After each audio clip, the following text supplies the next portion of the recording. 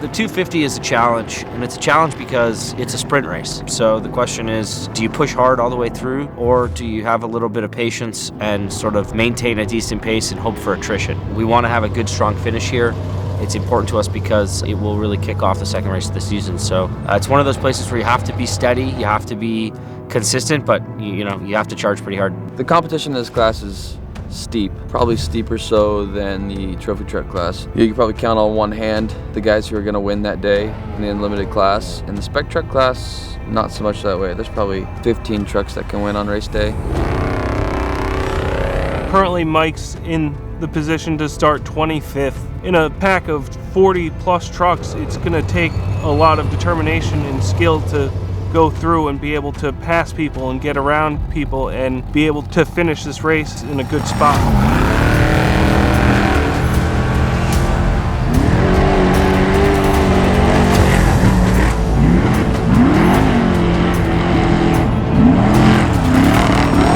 As soon as it's race day, as soon as he sees a little bit of dust in front of us, he goes for it.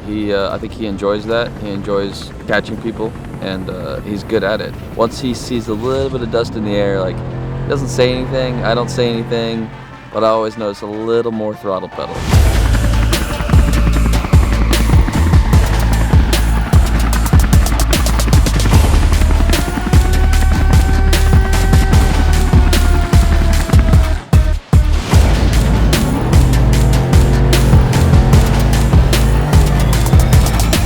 The San Felipe fan is unique, for sure. I've never met a group of people that seems more dedicated to finding the tough-to-get-to spots to observe a race. So racing Baja compared to anything else stateside, in my opinion, it's a totally different mindset. You could be out in the middle of nowhere and randomly see a Toyota pickup truck with 4 guys in it. And you're like, man, how did they even get out here? The spectators in San Felipe are unlike the spectators any other race on the peninsula. First of all, they're everywhere, and there's a lot of them. I can't tell you how many times I've raced through San Felipe, been in the middle of nowhere, and there have been 16 cars, everybody with their family, having a party in the middle of a wash right beside the race course. I'm like, how did they get here? Where did they come from? San Felipe is pretty wild. The spectators line the course. They're usually on top of the course. They're usually parked on top of alternate lines when you're least expecting it. It's kind of a madhouse. Co-drivers and teammates, it's a unique concept, right? It's kind of one of those things that's impossible to explain to anybody that hasn't been in a race car with somebody else before. Here are 2 guys, right? One lives in Texas, one lives in New York, completely different walks of life, who spend a lot of time together in some pretty serious situations where trust is key.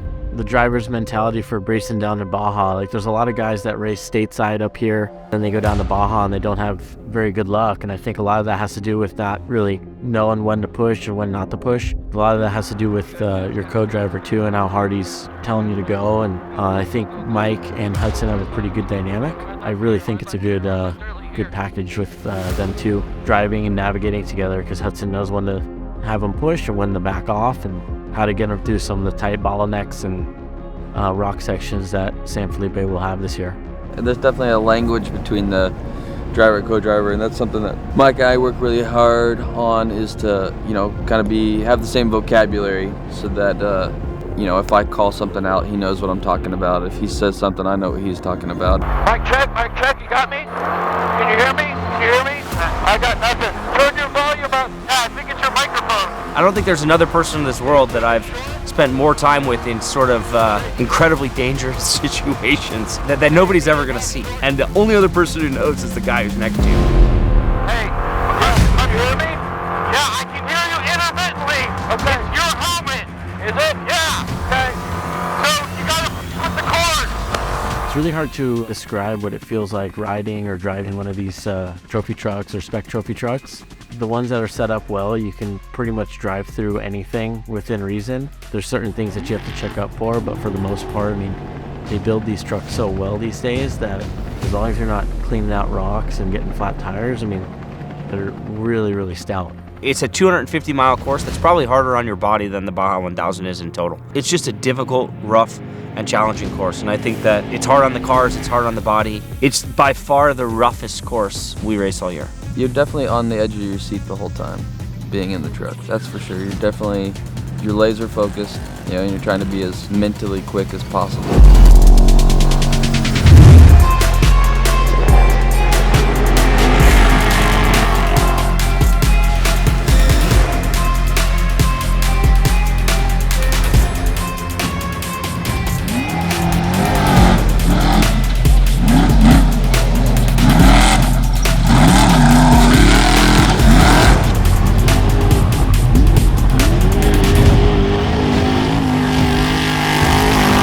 You are currently in the 21st spot. You are 13 minutes behind the leader.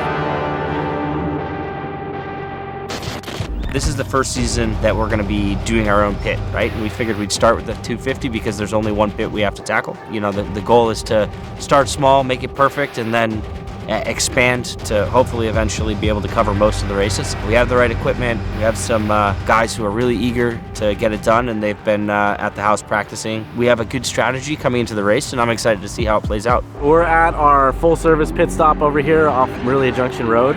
It's at about 185 now because they changed the race course a little bit. It was at 165, now it's at 185. When he pulls in here, he's gonna be getting fuel and tires, so we're gonna get him out of here as fast as we can. We're in a full speed zone right now. I mean, trucks are gonna be whizzing by here at 85 miles an hour, but we're just gonna try and get him in and out of here as fast as we can, and if we see a competitor coming around that corner and we're done, he's gonna pull out in front of him. You can win or lose a race in your pits and pit strategy.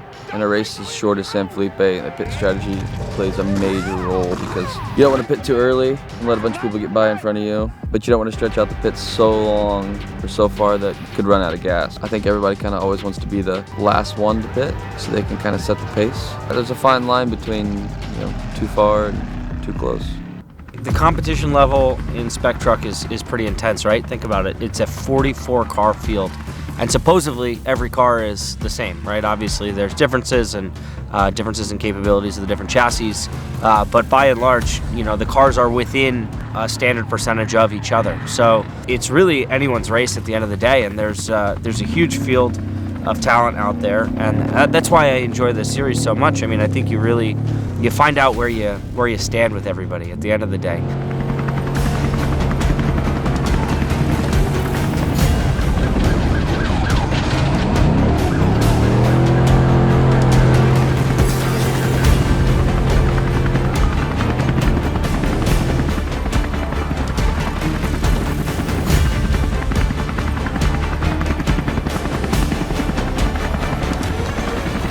What other form of motorsport do you catch somebody on the track, but you can't actually see the person on the track? Some guys have way more confidence driving in the dirt than others. I guess it's just a mental thing. Those are also the guys that you see wadded up on the side of the race course quite frequently. Nobody wants to be wadded up on the side of a race course, but you have to know when it's safe to push and when it's not.